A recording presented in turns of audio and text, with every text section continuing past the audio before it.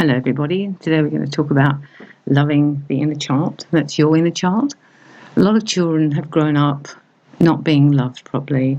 They grew up in families where there was conditional love and they were punished. Some children were actually deprived of love. Their parents loved them, but they didn't give it. That's a very common pattern. There's also abuse and trust issues with parents.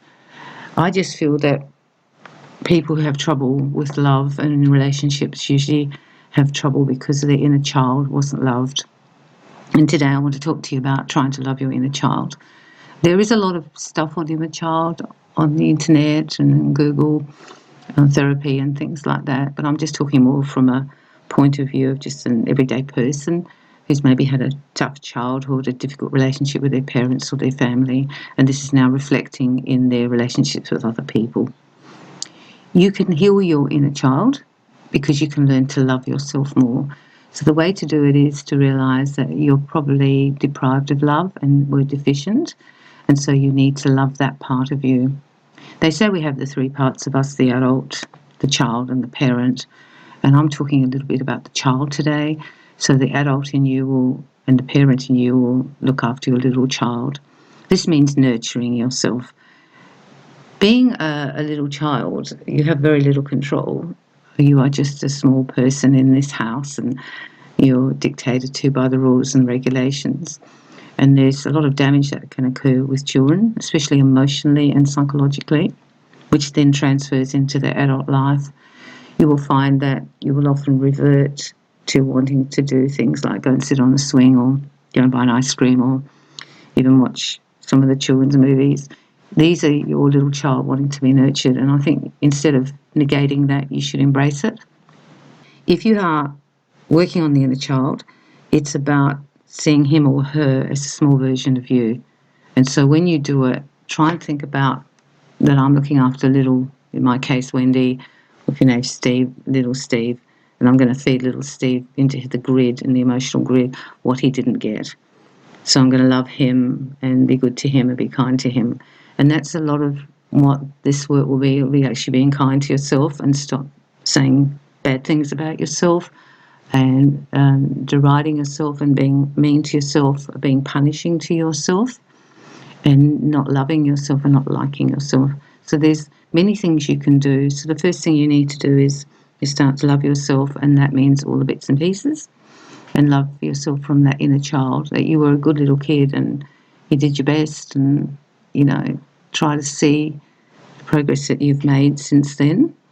The little child can be fed by little child things I just said a minute ago, which is feeding them. So if you feel like you want to have a teddy on your bed, or you want to go and play a jigsaw puzzle, or go to the park and sit on the swings, you can do those things. Go to a fun park and have a ride on the dodgems.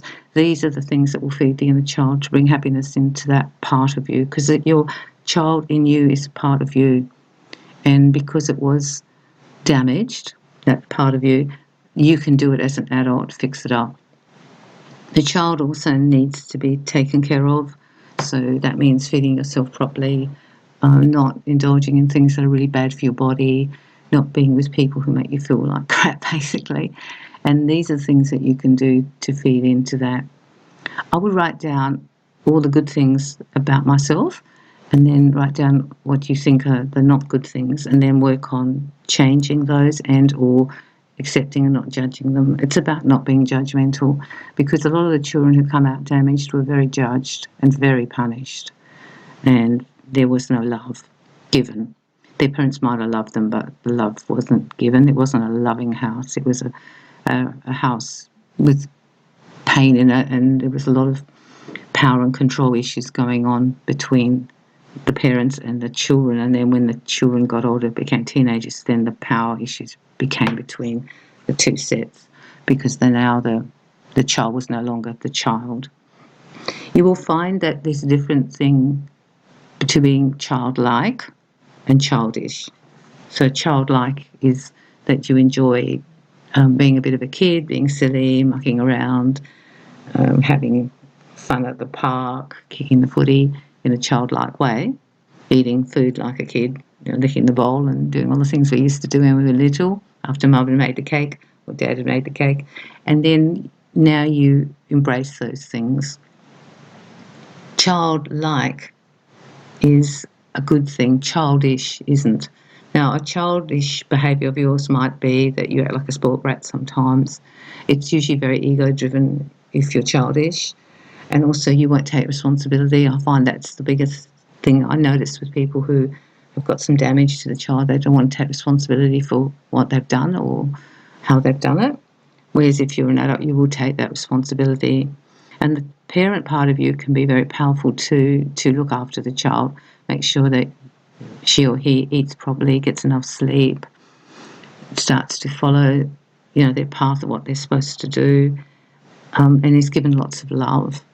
I think just the mere fact that you will now look at your inner child and send love to that little Wendy in my case, or little Steve, and keep sending love to that person and being loving in the way you treat that part of yourself will actually heal it. I think it can be healed.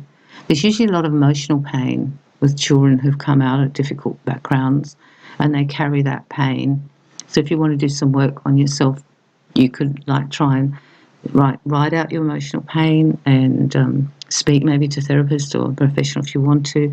There are many release things you can do too. You can Google emotional freedom tapping or go to healers. There's lots of things you can do to release that pain because that's from before, but you're still carrying it. You know you're carrying it because you'll use your bandages. So they will be drinking, eating too much, maybe drugs, shopping, gambling. As soon as you see you're doing those things, you know the pain's coming up and you're trying to quell it, and that's probably from your little child. People who have trouble in the little child too will often land up in two roles in relationship. They'll either want to be dominant and be very parental with their partner and very controlling, or they will be submissive and be as the child and be told off. So I'll land up one way or the other in a parent-child relationship, which isn't healthy because you want to have two adults there who can be a parent sometimes and who can be a child sometimes, but it's not a negative impact on the relationship. So you want to be more like the adult and heal your child. As you do this work, you'll find you start to actually feel better. Some of the depression from the childhood and the teenage years can lift. Your relationships will become better because you're relating people basically emotionally as an adult, not emotionally as the damaged child. Once you do some work on that, I feel there's also a lot of therapies out there that can help you with this, and I think you should seek them. You might have been in relationships where people yell at you and told you you're acting like a child, and they probably are right. So you could probably have a look at some of those reactions you have, which are more childish rather than childlike. This is very powerful in relationships with other people because if you keep showing up as a kid, you're going to be treated like a kid with a lot of people and you can't grow. Whereas if you show up as an adult who's got some damage, but you're working on it, your adult relationships will actually be better. It also helps too because a lot of addictions come from this behaviour of acting like a child and then the pain of it. And as an adult, you won't make good parent choices for yourself, so you'll become addicted to things. Whereas if you release some of that pain from the childhood, you won't have to have your bandage. That's what I actually feel. I do encourage you to be childlike, to enjoy that child part of yourself and the fun and the whimsy and the excitement and the joy of being childlike. We don't want to get rid of that, but I don't want you to be childish. I want you to try to get rid of that and come from more an adult perspective. Many people who do this work actually find that their life improves on a personal level, but also their life improves on a relationship level and even at work. And if you are facing the world as an adult, taking into account the parenting part of you and the child part of you, you're going to have a much better life than if you're facing the world as a damaged child. And you can usually tell when you're being the damaged child because you might be somewhat victim. That's what I found with me. I'll be a bit of a victim, maybe a bit of a martyr, and that was that child in me that was damaged. So good luck with the work you do on yourself. Start to see it and start to counter it. You might see it already and have seen that you have been facing life as a damaged child, and I want you to try and heal that child. There's so many modalities out there that can help you, and that will heal all your relationships. Remember to enjoy being as a child and as an adult and as a parent, but keep them all more in balance so one isn't completely running your life. And that's what I want to do this podcast about, because some of us are running our life from the child too much. Also, we'll use that parent thing too, and we'll be too controlling. So once you heal one, it'll actually heal the other. You won't have that need. So I'm hoping you have a good week, and I'm hoping you can do some work on your inner child.